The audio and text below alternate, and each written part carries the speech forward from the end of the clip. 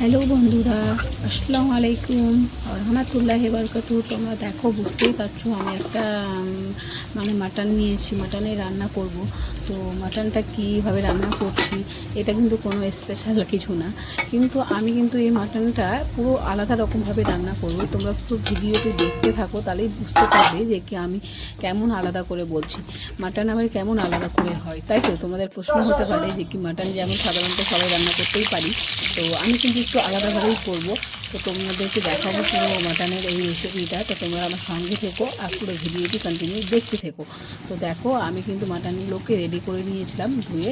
আর এইদিকে দেখো, আমি কিছু পেঁয়াজ কুচিয়ে রেখেছিলাম, সেটা আমি কিন্তু এখন এটাকে ধুয়ে নিয়েছি। আর এখানে কিছু মশলা, যা যা মশলা পরিমাণ মতো নিয়ে নিয়েছি, আর সঙ্গে হলুদ যা যা লাগে দিয়ে দিচ্ছি। দেখো, দেখতেই পাচ্ছ। আর এই মাটন কিন্তু আমার হাজব্যান্ড কিন্তু খুবই পছন্দ করে, তার জন্য কিন্তু আমি ওই জন্যই এই রান্নাটা আবার করতে নিয়ে এসেছি। তো ওই কিনে নিয়ে এসে মাটনটা সামান্য অল্পখানি, কারণ আমরা বাড়িতে কিন্তু দুজন মানুষ, আমি আর আমার হাজব্যান্ড, আর মেয়ে কতই বাই খাবে। তো তার জন্য দেখো, এটা কিন্তু আমাদের রান্না করার পরেও শেষ করতে পারবো না। আর এদিকে আমি পেঁপে ভাজা করেছি। তো তোমরা দেখতেই পাচ্ছ আমার এই মাটনের রেসিপিটা তোমাদের সঙ্গে শেয়ার করছি পুরোটাই। তো আমার কিন্তু মাটনটা পুরোটা সিদ্ধ করা হয়ে গেছে, যেহেতু আমি 3টে সিটি মেরেছি, কারণ খুব একটা গলানো যাবে না এখানে।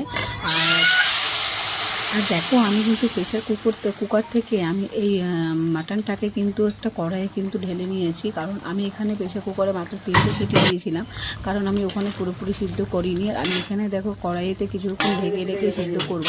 আর এখানে তার সঙ্গে কিন্তু আমি ভেজে রাখা সেই পেঁপেটা রেখেছিলাম, সেটা কিন্তু দিয়ে দিয়েছি। আর আমি তোমাদের সঙ্গে একটা কথা বলি, এই পেঁপে দিয়ে কিন্তু মাটনটা করে দেখবে, খেতে কিন্তু অসাধারণ হবে। কারণ আমার কিন্তু হাতের এরকম এই রান্নাটা আমার হাজব্যান্ড পছন্দ করে, ও কিন্তু খুব ভালো করে খেতে পারে ভাতটা। তার জন্য দেখো, আমি ওর পছন্দ মতো এরকম পেঁপে দিয়েই রান্না করে নিচ্ছি। পেঁপেটাকে বড় বড় করে তোমরা পিস পিস করে নেবে, আর তার সঙ্গে লবণ আর একটু হলুদ দিয়ে ভালো করে ভেজে নেবে। আর মাংসটা রান্না করার কিছুটা পরেই তুমি এই পেঁপেটা কড়াইতে দিয়ে দিয়ে আর কিছুক্ষণ সিদ্ধ করলে, আর গুঁড়ো মশলা টশলা যা যা হোক, মাটনের মশলা দিয়ে দেবে, আর পুরো রান্নাটা কিন্তু হয়ে যাবে। আর এদিকে বুঝতেই পারছো, আমার সেই মাটনগুলোও কিন্তু খুব সুন্দরভাবে গলে গেছে, যেহেতু পেঁপে দেওয়ার কারণে কিন্তু মাংসটা আরও বেশি গলে যায়।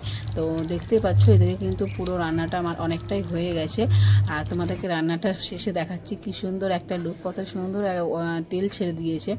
আর খেতেও কিন্তু খুব সুন্দর হয়েছিল। তো তোমরাও যারা যারা ভাবছো, তো তারা ঝটপট এইভাবে আমার মতন করে ট্রাই করে নিও। আর দেখো, এই যে এই পেঁপেটা দিয়ে আমি রান্না করেছিলাম, তো আমি এই পুরো পেঁপেটার মধ্যে হাফ পেঁপে দিয়েছিলাম, হাফ পেঁপেটা রেখে দিয়েছি। তো